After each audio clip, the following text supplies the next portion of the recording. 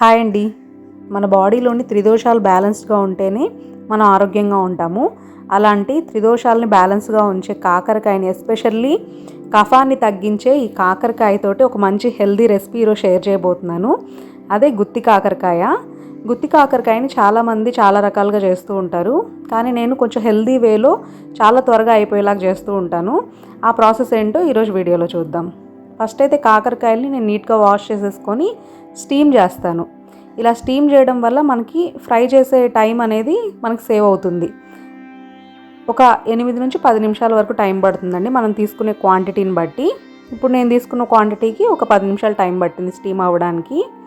అవి స్టీమ్ అయ్యే లోపల ఇక్కడ నేను మసాలా ప్రిపేర్ చేసుకుంటున్నాను.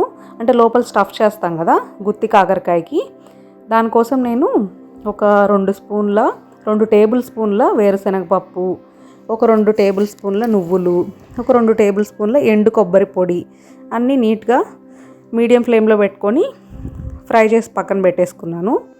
సేమ్ ప్యాన్లోని 1 స్పూన్ ఆయిల్ వేసుకొని ఒక పెద్ద ఉల్లిపాయని ఫ్రై చేసుకుంటున్నానండి.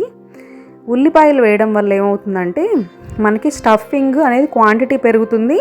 అలాగే ఉల్లిపాయలు ఫ్రై చేసిన తర్వాత దానికి కొంచెం స్వీట్ టేస్ట్ వస్తుంది కదా, ఆ స్వీట్ టేస్ట్ అనేది మనము ఈ కాకరకాయ మసాలాలో బెల్లం కానీ చక్కెర కానీ వేయకుండానే ఈ న్యాచురల్ స్వీట్నెస్ అనేది యాడ్ అవుతుందన్నమాట ఈ ఉల్లిపాయలు ఫ్రై చేసుకోవడం వల్ల. వీటిని బాగా ఫ్రై చేసుకోవాలి. హాఫ్ కుక్ అయిన తర్వాత దీంట్లో మసాలాస్ యాడ్ చేస్తున్నాను. కొద్దిగా పసుపు, కారం, ఉప్పు, ధనియాల పొడి, జీలకర్ర పొడి, వీటన్నిటిని కూడా ఇంకొక 5 నుంచి 10 నిమిషాల పాటు బాగా ఫ్రై చేసుకోవాలి. ఈ మసాలాస్ని ఆనియన్స్తో పాటు ఆయిల్లో మగ్గించడం వల్ల వాటికి ఫ్లేవర్ అనేది ఎన్హాన్స్ అవుతుంది. ఈలోపు కాకరకాయలు స్టీమ్ అయిపోయినాయి. ఇప్పుడు దీన్ని మధ్యలోకి స్లిట్ కట్ చేసుకొని కొంచెం ముదురుగా ఉన్న కాకరకాయలు ఉంటాయి కదా, అంటే గింజలు కొంచెం పెద్దగా ఉంటాయి, వాటిని మాత్రం తీసేస్తున్నాను. కావాలంటే ఉంచుకోవచ్చు, టేస్ట్లో పెద్ద డిఫరెన్స్ ఏమి ఉండదు. బట్ కొంచెం ముదురు ఏంటంటే నమిలేటప్పుడు కొంచెం కరకరా తగులుతూ ఉంటాయి అన్నమాట, అందుకని తీసేస్తున్నాను.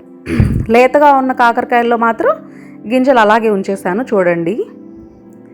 ఇప్పుడు వీటిని మనం పక్కన పెట్టేసుకొని ఇందాక మనం ఫ్రై చేసి పెట్టుకున్నాం కదా వేరుశనగపప్పు, నువ్వులు, ఎండు కొబ్బరి, దాన్ని మిక్సీలో వేసుకొని కొద్దిగా కరివేపాకు ఫ్రెష్ది అయితే కనుక ఈ పప్పులతో పాటు వేయించేసుకోవాలి, అప్పుడు బాగా డ్రై రోస్ట్ అవుతాయి.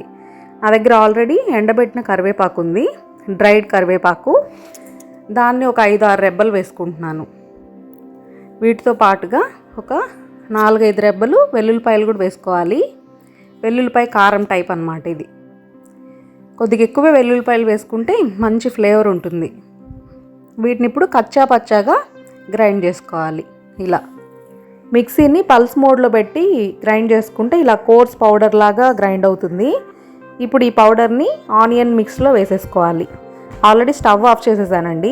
స్టవ్ ఆన్లో ఉన్నప్పుడే ఈ పౌడర్ వేసేసాం అనుకోండి ప్యాన్కి అంటుకుంటుంది అనమాట. స్టవ్ ఆఫ్ చేసిన తర్వాత మాత్రమే ఈ ఆనియన్ మిక్స్లో ఈ పౌడర్ వేసేసాను. వేసేసి ఒకసారి బాగా కలిపేసుకొని టేస్ట్ చెక్ చేసుకొని ఉప్పు కారం అన్నీ సరిపోయినట్లయితే కనుక ఇంకా దీన్ని పక్కన ఒక బౌల్లోకి ట్రాన్స్ఫర్ చేసేసుకొని ఇంకా మనం కాకరకాయల్లోకి స్టఫ్ చేసేసుకోవడమే. నార్మల్లీ మనం జస్ట్ పౌడరే అనుకోండి, అంటే మనం ఉల్లిపాయలు అవేం వేయకుండా చేసుకుంటున్నాం అనుకోండి, ఆ పౌడరు ఈ గుత్తి లోపల నుంచి బయటికి రాకుండా ఉండడానికి దారం చుట్టడము ఇలా చేస్తూ ఉంటారు. బట్ దీంట్లో ఉల్లిపాయ వేసాం కాబట్టి మనము ఏమీ దారం చుట్టక్కర్లేదు, అలాగని తక్కువ స్టఫింగ్ ఏం పెట్టక్కర్లేదు, బాగా నిండుగా స్టఫింగ్ పెట్టచ్చు, ఏం బయటికి రాదు, ఇలా ముద్దలాగా అలానే ఉండిపోతుంది. ఇప్పుడు మన స్టఫ్డ్ కాకరకాయలు రెడీ అయిపోయినాయి. ఇప్పుడు మనం ఫ్రై చేసుకోవాలి. జస్ట్ ఫ్రై కూడా ఈచ్ సైడు ఒక 2 మినిట్స్ ఫ్రై చేసుకుంటే సరిపోతుందండి. అది కూడా జస్ట్ ఆ పచ్చివాసన పోవడానికి, అలాగే అవుటర్ లేయర్ కొంచెం ఆయిల్లో వేగితే కనుక తినడానికి బాగుంటుంది. అందుకని జస్ట్ ఈచ్ సైడ్ ఒక 2 to 3 మినిట్స్ అలా లైట్గా ఆయిల్లో ఫ్రై చేసేసుకోవాలి. మీడియం ఫ్లేమ్లో పెట్టి ఫ్రై చేసుకుంటే మాడకుండా ఉంటుంది. ఆల్రెడీ మంచిగా అంటే ఫుల్గా కుక్ అయిపోయింది కదా స్టీమింగ్ ప్రాసెస్లో, కాబట్టి ఈ ఫ్రై అనేది జస్ట్ మన టేస్ట్ కోసం అన్నమాట. ఆల్రెడీ కుక్ అయిపోయిన దాన్ని జస్ట్ మనం ఫ్రై చేసుకుంటున్నాం అంతే.